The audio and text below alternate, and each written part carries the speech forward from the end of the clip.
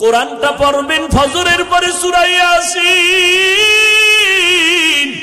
জোহরের নামাজের পরে সূরাতুর রহমান তেলাওয়াত করবেন, আসরের নামাজের পরে আম্মা ইয়াতাসাআলুন, মাগরিবের নামাজের পরে সূরা ওয়াকিয়া তেলাওয়াত করবেন, এশার নামাজের পরে সূরা মুলুক তেলাওয়াত করবেন।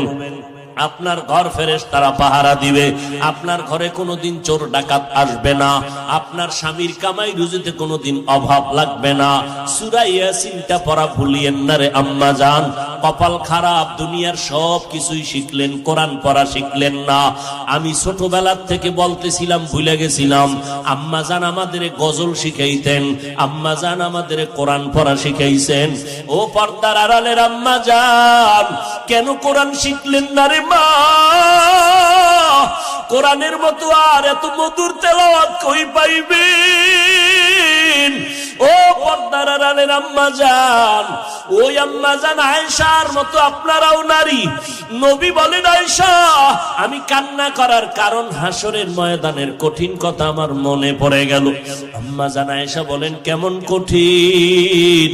নবী বলতেছেন, আয়েশা এই জমিনটা হবে কিয়ামতের মাঠ, হাসরের ময়দানে সমস্ত নারী পুরুষ উলঙ্গ আল্লাহর আদালতে দাঁড়াবে। আল্লাহ পাক গরম মেজাজ নিয়ে কুদরতের আওয়াজ দিয়া বলবেন, লিমানিল মুলকুল ইয়াউম। আল্লাহ পাকের কুদরতের রাগান্বিত বড় আওয়াজে হাসরের ময়দানটা কেঁপে উঠবে।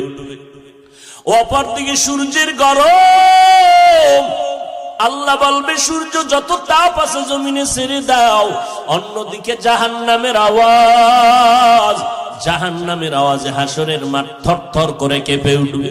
নবীজি বলেন, ও আয়েশা নবীদের কোনো গুনাহ নাই, সেই নবীরা পর্যন্ত কান্না শুরু করবেন, হাউমাউ করে কাঁদবেন আর বলবেন, উম্মতের কথা সব নবীরা ভুলিয়া কাঁদবেন, আল্লাহ আমাকে বাঁচাও।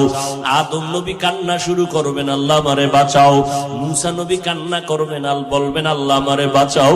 সূর্যের গরম সহ্য করা যায় না, জাহান্নামের আওয়াজ কানের মধ্যে নেওয়া যায় না।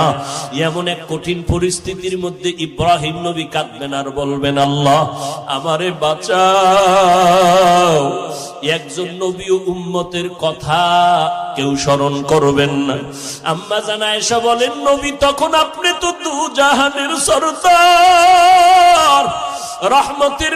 আপনার টাকা আছে, আপনার বন্ধু আপনার কাছে আসবে, আপনার গাড়ি আছে, আপনার বান্ধবী আপনার কাছে আসবে, আপনার ধন সম্পদ আছে, সমাজের প্রত্যেকটা মানুষ আপনার কাছে আসবে।